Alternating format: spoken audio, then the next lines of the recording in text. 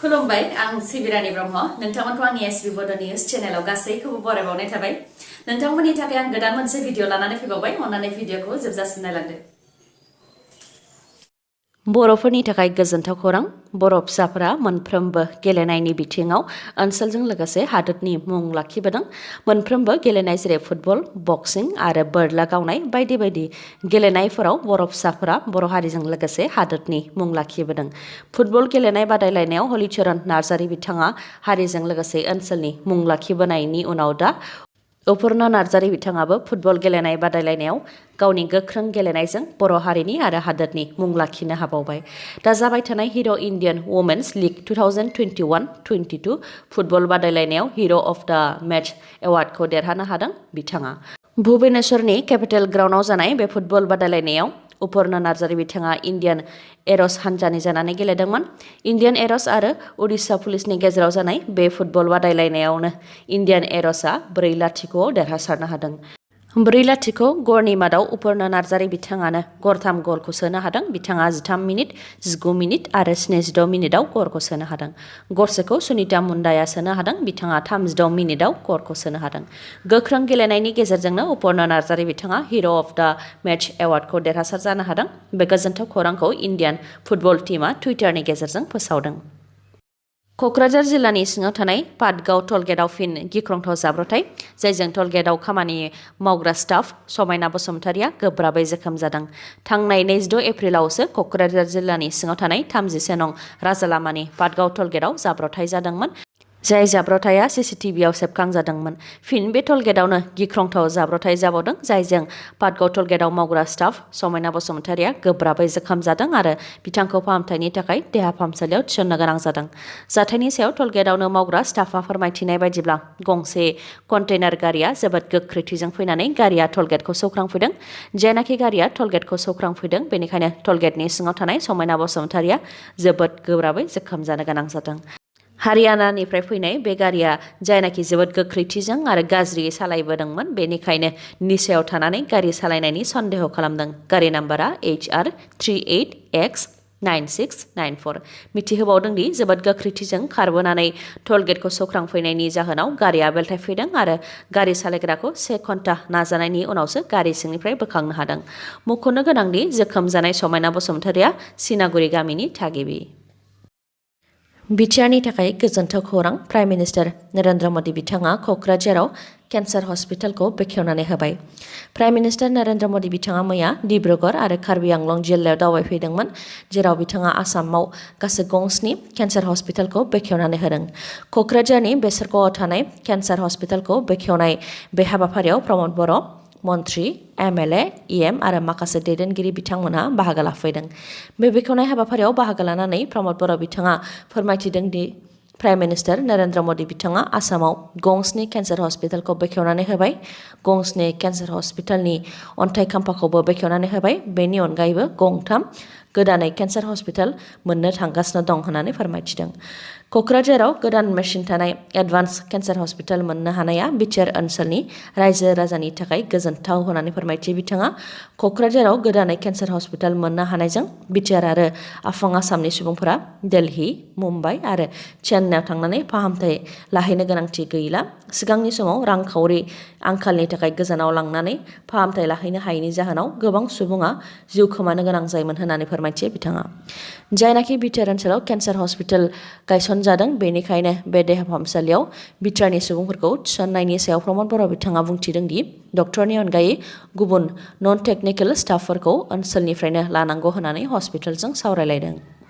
क'क्राझाराव बेखेवनाय बे केन्सार हस्पिटालखौ प्राइम मिनिस्टार मदिया डिब्रुगड़निफ्राय बेखेवहरदों आरो क'क्राझाराव केन्सार हस्पिटाल मोनफुंनो हानायनि थाखाय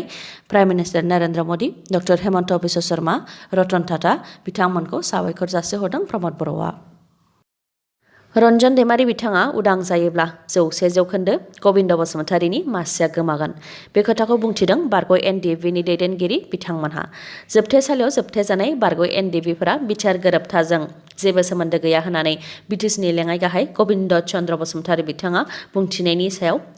एच अन्थाव आरो अफ्रि दैमारि बिथांमोनहा बुंथिदों दि जोबथेसालियाव जोबथेजानाय बारग' एनडिबिफोरा जुदि बिथार गोरोबथाजों जेबो सोमोन्दो गैयाब्ला बे गोरोबथाखौ मानो खालामखो होननानै सोंथि खालामदों आरो जोबथेसालियाव जोबथेजानाय एक्स एनडिबिफोरा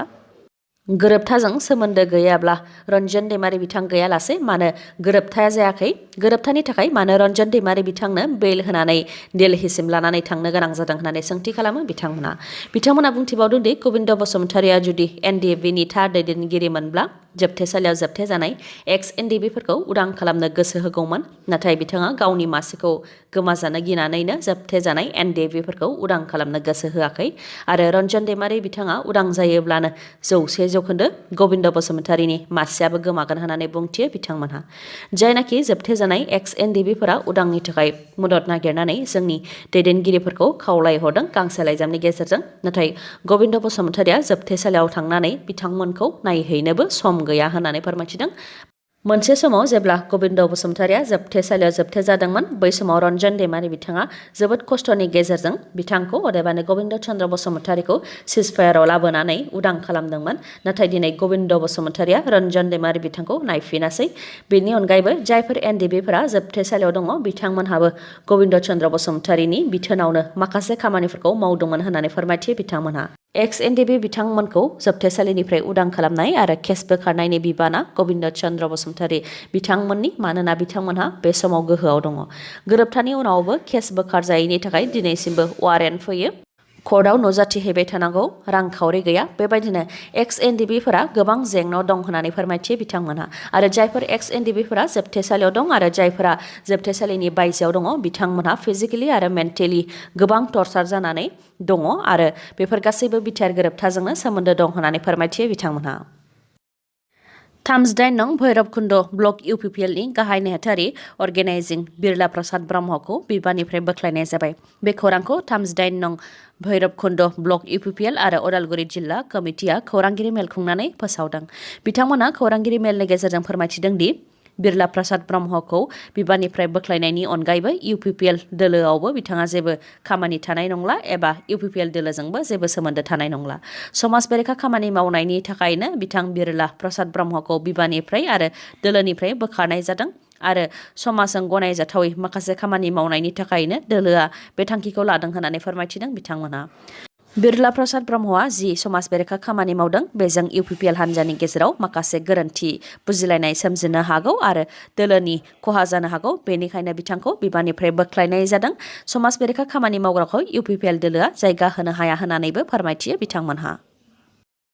नंखाय सार्टिफिकेटनि गेजेरजों आसाम पुलिसाव साख्रि लानो नाजानायनि दायाव सानैखौ एरेस्ट खालामदों दासान्दि जाबाय थानाय आसाम पुलिस कामान्डनि फिजिकेल एफिसियेन्सि टेस्ट बेयाव नंखाय सार्टिफिकेटनि गेजेरजों आसाम पुलिसनि साख्रि लानो नागिरनायनि दायाव सानै बिजाथिफोरखौ एरेस्ट खालामदों दिमा हासाव जिल्लायाव आसाम पुलिसनि फिजिकेल एफिसियेन्सि टेस्ट जागासिनो दङ बेयावनो सानै बिजाथिफोरखौ हमनो हादों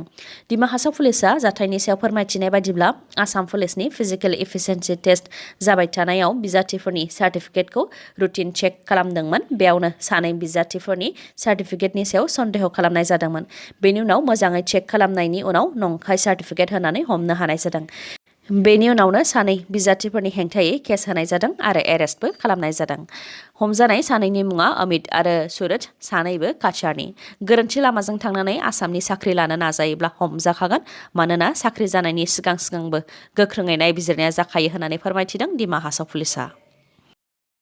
गाहाय मन्त्रि नरेन्द्र मदि बिथाङा आसामाव दावबायफैनाय समावनो मुवा बेसादनि बेसेन बांनायखौ लानानै आम आदमि पार्टिया सोमावसारदों गाहाय मन्त्रि नरेन्द्र मदि बिथाङा आसामनि डिब्रुगड़ आरो कार्बि आंलं जिल्लायाव मैया दावबायफैदोंमोन बेयावनो दिसपुराव आम आदमि पार्टिया सोमावसारदों मुवा बेसादनि बेसेन बांनायखौ लानानैनो बिजेपि सोरखारनि हेंथा सोमावसारनायनि जाहोनाव 27 सोमावसारगिरिफोरखौ एरेस्ट खालामदों आरो बशिष्ठ पुलिस थानायाव दोनहैदों बेनि सायाव आसाम आम आदमि पार्टिनि गाहाय नेहाथारि रुद्रन हाजरिका बिथाङा फोरमायथिदों दि बिथांमोनहा गोजोनैसो सोमावसारगासिनो दंमोन नाथाय प्रशासना गावसोरनि गोहोखौ बाहायदों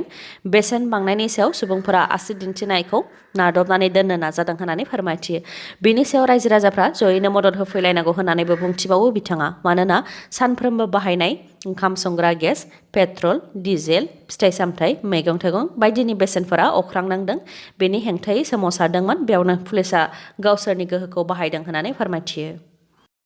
दिनैनि भिडिअ एसेनोसै गाबोन आरो गोदान भिडिअजों लोगो मोनफिनबावगोन नोंथाङा दासिमबो आंनि चेनेलखौ साबस्क्राइब खालामाखैबा अन्नानै साबस्क्राइब खालामदो लोगोसे लाइक कमेन्ट आरो शेयार खालामनो दाबाव गोजोन्थों